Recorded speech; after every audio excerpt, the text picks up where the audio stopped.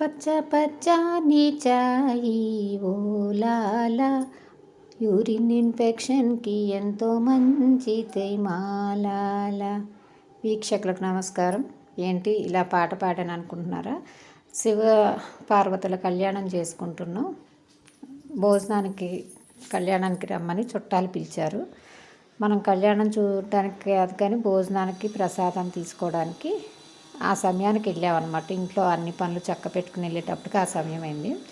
వాళ్ళు చక్కగా తాంబూలంలో ఇలా దేవుడివి పువ్వు ఇచ్చారు, బంతి పువ్వు. సరే దేవుడు బంతి పువ్వు కదా అని చెప్పి ఇంటికి తీసుకొచ్చినాక మా అమ్మాయి తల్లో పెడితే తీసేసి నాకు దీంతో చాయ్ పెట్టివ్వు అని అడిగింది. సరే మంచిదే కదా, ఎప్పుడు పెట్టలేదు, ఒకసారి చూద్దాం అని చెప్పి నీళ్ళు వేసేసాము. అయితే పూలు రేకులు తక్కువ ఉన్నాయి, నీళ్ళు ఎక్కువ ఉన్నాయి కాబట్టి తక్కువగా కలర్ దిగిందనమాట. అది బాగా మరగనిచ్చేసి వడకొట్టాను.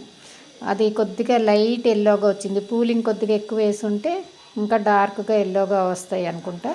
అది వాసనేమో బంతిపూల వాసన లాగా ఉంది. చక్కగా ఈ కప్పులో వేస్తేనేమో రంగు తక్కువగా తెలుస్తుంది. అందుకని తెల్లగా ఉన్న ఇంకో కప్పులో వేసి చూపిస్తాను. వాటిల్లో చక్కగా తెలిసింది.